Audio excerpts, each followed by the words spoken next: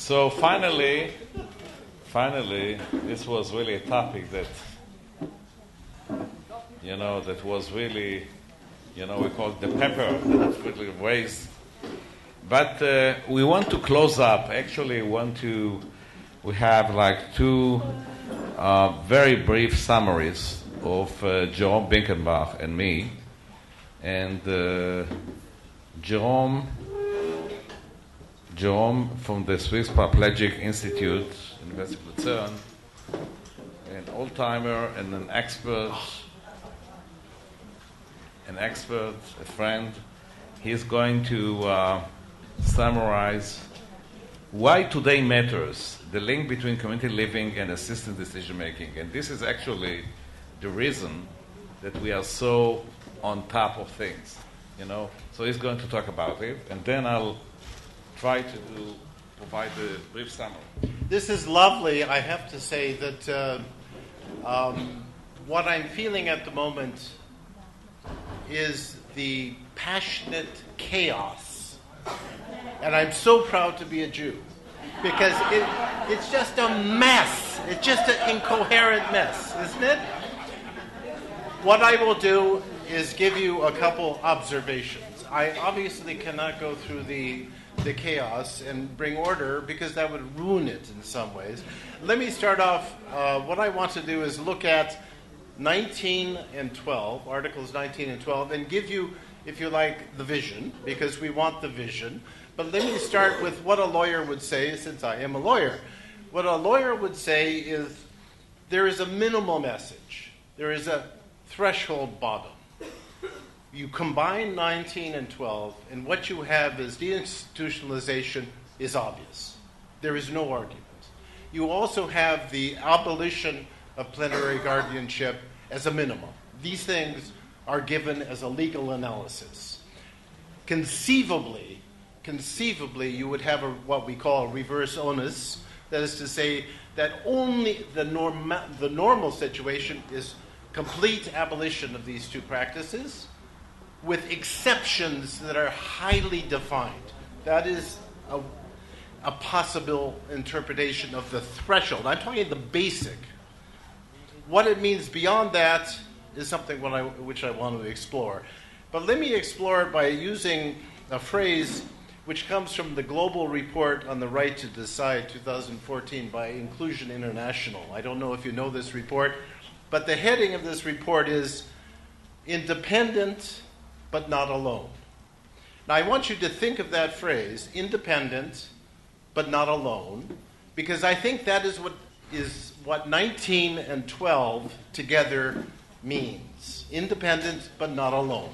And I will just give you some ideas of why they, Inclusion International, try to suggest that we have worries here which are not really worries. Amita has already given us one of the worries which is not a worry, and I'm going to give you the other one. What Inclusion International said is Article 12 and 19 together doesn't mean that you take the person and you say, now you're autonomous, it's up to you, and leave the room.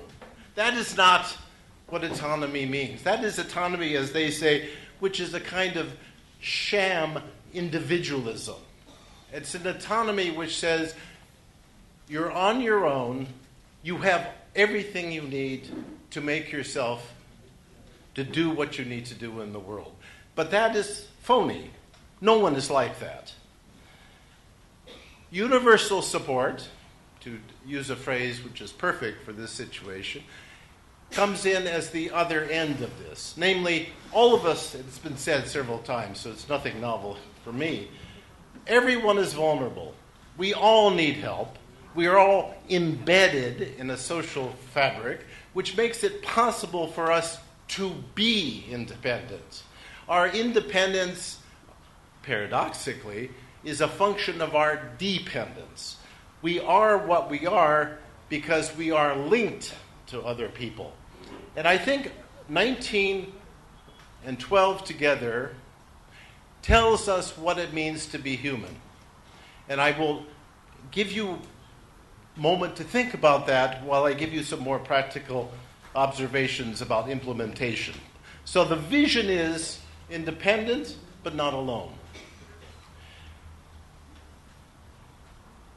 I'm going to give you 3 implementation observations from the conversation, just to reinforce some things which came up in different ways and are very important practical considerations. The first one is change is not optional. Not because there is a Yahweh of law coming down and imposing a will on us, but because we cannot sustain what we have now. We cannot sustain it for plain ordinary reasons of an aging population, where we're increasing the number of people who have vulnerabilities that we need to deal with. We cannot sustain it because institutions are too wasteful, too expensive, and their outcomes are perverse, both in health, quality of life, and other kinds of features. We created institutions and guardianship as a very quick way of sidelining a problem. Here's the problem, no idea, put it away, hide it. Now, in some economic and social contexts, it works in a sense. We're out of that context. Israel, as you can tell, is in a position where it simply cannot function under those kinds of perceptions of what it means to deal with vulnerability. You make the vulnerability worse, and it's more expensive, and it cannot be sustained. So change here is not, there are drivers that we cannot resist. So change is not an option. It's not as if we have an option to make a difference. We have to move in this direction. The question is, can we move in this direction in a systematic and planned and transitional way, or are we going to lurch from one extreme to another? Liberation from oppression is not a matter of opening a door. Because once the door is open, the individual may not have the resources to step out into a new free world. So it's always the case in legal language that negative rights and positive rights are completely intertwined. We have to have not only the freedom to do things, but the capability to do things. Being free to be deinstitutionalized and pushed out is not what it means to have this structure removed from us. We need the supports. And in some ways, and this is intriguing from a research point of view, we have to build the self. We have to create a self that has been under guardianship or under institutionalization, because the self, the decider, the autonomous agent, is not a natural phenomenon. It is a socially constructed phenomenon. And without experience, when our children are growing, they need the experience of making mistakes, making decisions, and going one way or another. And that's how human beings are. Institutionalization perverts and stymies and stultifies, extinguishes that development. So to open a door and to let someone who has been institutionalized out is perhaps the most torturous thing you can do, because they do not have the capacity, the developmental capacity, to be a self, to be a decider, to be autonomous. So that is very important for resource considerations.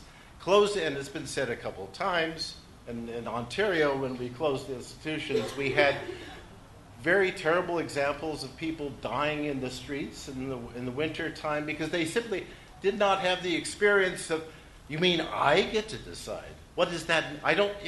We're so used to being in control that we don't understand what it means to never have been in control, to never have had the opportunity to make mistakes, to make decisions.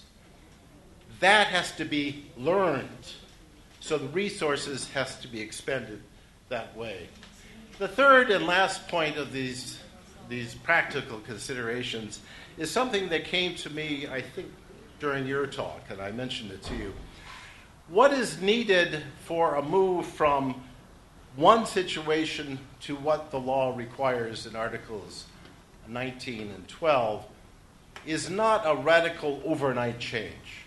In fact, that would probably spell the end of the vision of the convention, to say you have to go from here to here in one step. This is obvious, but it needs saying. What countries of the world need, ratifying countries who want to make change, is transitional positions.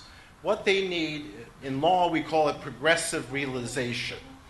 What they need are, we're here and we can go this much, given our resource base, our culture. What we can do is make a small step. And that step is stable. It's on a slope to improvement, but it is a step. It's stable. So that step can be built on, lessons can be learned, ideal cases can be considered, and better uses of our resources to make the next step. Now, the unknown here is what those transitional steps look like.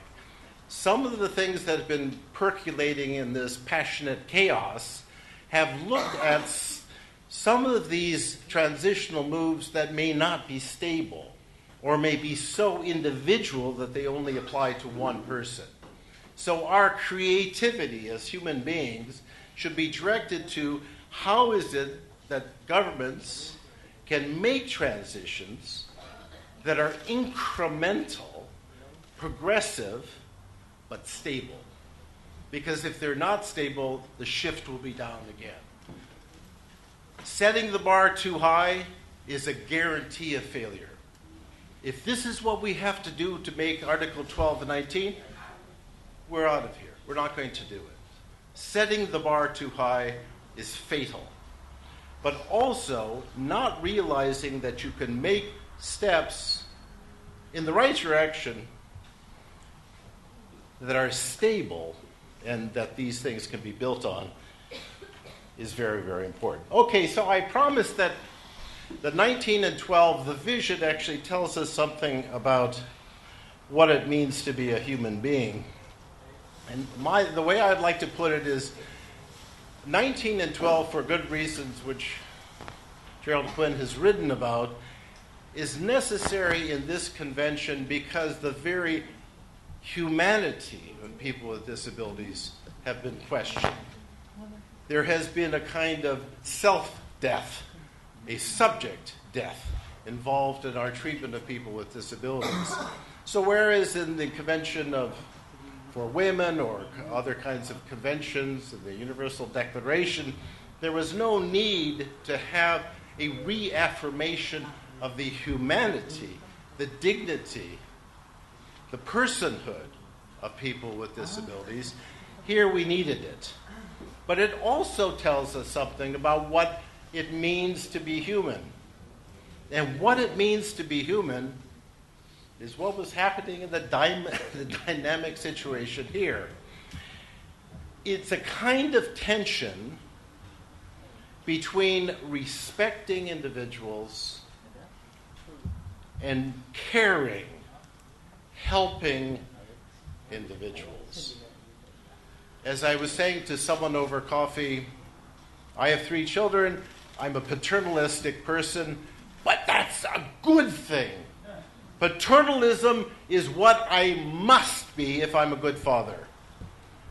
But paternalism is benefiting someone developmentally so that I can bring that individual, my children, which I think they're more or less, after 27 years on the earth, they're more or less able to take care of themselves, bring them to a position where my paternalism can recede. Perverse paternalism is viewing a person as never making the steps toward self-determination, as we know. But there's nothing morally wrong with caring for a person for their own benefit. That is a good thing. We cherish that. The Jewish community is solidarity amongst it. That's what we mean when we have a social conscience. When someone is dying in the streets, it matters to me. It hurts me. I care about that. That is a good thing. We want to keep that, but we want to balance that against respect. And the reason why we're all upset in this room and we're all thinking, yes, no, this way, that way, is because we're balancing things, both of which are valuable. Respecting dignity, respecting the fact that the only value we have as human beings is the value of our individuality, and respecting the fact that we care, and that's a good thing. Balancing those is what it means to be human. Balancing the fact that you as an individual decider can only be confident that you are an individual because cut me and I bleed, as Shylock said in Merchant of Venice. I am human too, said of a Jew as well. I am human too. You cut me and I bleed. And that's an important feature of our humanity. People with disabilities, people with intellectual developmental disabilities, I don't care. Because I'm talking about humanity. All of us. Universal support is needed for all of us. Individual respect is required for all of us. But sometimes the balance is very difficult. And I know that's not a summary, but given passionate chaos, that's probably the best I could do. Thank you very much. You know, it's always good to be the person who summarizes the day. You have to be present in all day and get all the notes and all the points. So I'm going to summarize it by 7 points. The first point is, you know, for my learning, it's always good to have flow of international ideas. And I'll tell you what I learned a lot, teaching here and abroad. When I'm in the US, I give examples from Israel. When I'm in Israel, it's good and the best to get ideas from the US and other places. Why? Because people are less resistant. People are much more willing to get ideas that come from other countries because they say, oh, it's not us. So I can listen and I can be receptive. So in a way, I think that it was a good experience that we can learn about Lumus, we can learn about India and ideas, people coming from Canada and from Zurich, from Lucerne, I'm sorry. And it's good to have exchange of ideas. So I think that this is by itself is really one of the good things of this day. The second thing is that Bennett this day is really what we call tolerance. You know, we have to express tolerance to ideas, even though the ideas can be very annoying, you know, or very extreme. And Israeli society is not a tolerant society, you know, to put it mildly. But people that are very much involved, you know, very much involved and act and reacting, etc., etc. So tolerance is good. I think that tolerance teaches us to accept or to listen, to be receptive to people. And I think what happened here, especially in the last session, before this session, is that it's kind of a test and examination of tolerance. Can we listen? Can we be receptive to others? The third is the importance of diversity. I strongly believe that what is lacking in Israeli society is really diversity. It's a very collective society.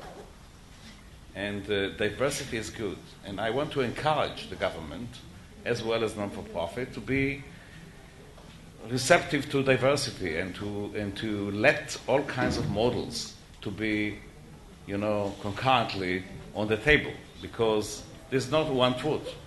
There are many truths, and we have to accept that maybe what I'm doing is probably the best, but I have to also understand that my neighbor who is doing a competitive project and completely different, his project can be also very good.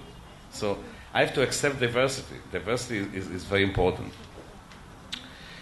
One of the ideas that was brought here, and I think that Avner did years ago a conference on vouchers, is that Israel society is still caught in what we call program policy.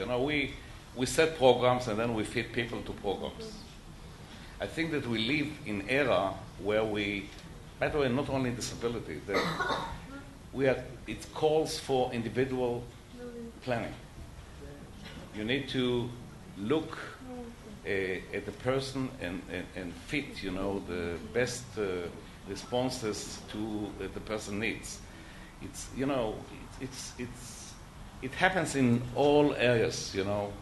We are pushing for personal planning, and I think that it's very difficult to move or to roll from program-oriented policies to individual-oriented policies. It's very difficult. And by the way, in my opinion, it's something that can be done on a small scale and move forward. So sometimes at this stage can be almost impossible. I can give so many reasons not to go for individual planning, but I think we must accept or must start, with individual planning. So this is the fifth point is that although we talked about Article 12 and 19, the families pop up all over, in all the sessions. And I looked at the convention, and we did a conference with Gerard, I think a year and a half ago, at Haifa about the convention and the role of the family. I presented the role of family. The convention is very, very modest about the role of the family. For example, if you take Article 12, the family is not there, even though it exists. It exists because obviously the family is very close to making decisions, And the only article that really deals with the family, Article 23, is very modest, kind of very modest. It's called respect to the family. What does it mean? It's kind of what we call in Hebrew, parve. Parve. Parve means it's not here, not there. It's something in the middle. Okay? So I think that it has to be defined. It has to be, family involvement and family policy has to be on the table. I've just did a book on it, on family policy and disability. And I think that it's something that has to be much more used, and by the way, there's recognition that family is important. I know it from the first session that we talked about importance of investing in families. Yes. Something that's really haven't been discussed in this day, and I know that the government is very serious about it, is how to learn from the transition and monitoring and evaluation. And I'm very happy that we are moving toward this direction because, we probably don't have all the knowledge in the world. And maybe we cannot learn only from others. We need to learn also from processes, domestic processes. And maybe in Canada, it went 30 years ago, the DI started, and maybe it's our turn now. But we need to learn from Canada, but also learn from our domestic processes, step by step. It's different. Culture is very important. Culture, climate is very, very, very important. So monitoring is very, very important in setting it. And I want to finish with a recommendation for Gideon. You know, we started in 2011 with this Committee of Experts reports. This was brought Gerard and Peter and others to Israel. We sat in institution, Lefzeller in Herzliya, spent a few days, still exists, spent some time. We chat with the people that live there, with the staff, but the superintendent is not there anymore, right? So in any case, we started with a very strong report. For about a year and a half, nothing happened, and Gerard and others told me, wow, what's going on? I said, listen, in Israel, if nothing happens, it happens. Because if you get an immediate answer, it means nothing will happen. Okay? So, after a year and a half, we got very positive response, and the continuation was very easy. It was a meeting in Brussels and in Ireland, and another the report I forgot about, presenting the report in Hadera, you know, and now we're standing here, and it became like a tradition, you know, that every year or year and a half we meet and we actually talk about the future, about what happened since the last time. So, as we say in the Bible, or in Passover, in the Haggadah, you know, in Passover, we say next year in Jerusalem. So this is a promise. So thank you again, and I'll pass the floor to you.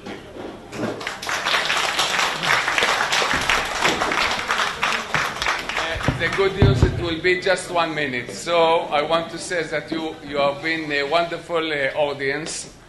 Really, I mean it. And we take all what we learned today, and we examine it, and we test it, and we think about it, and we try to do our best to improve the situation. And I want to say again, Arik, thank you for, you do it all. I think we've been also... Ayelet, okay. Ayelet and Nili. And really next time, next year in Jerusalem. Thank you very much.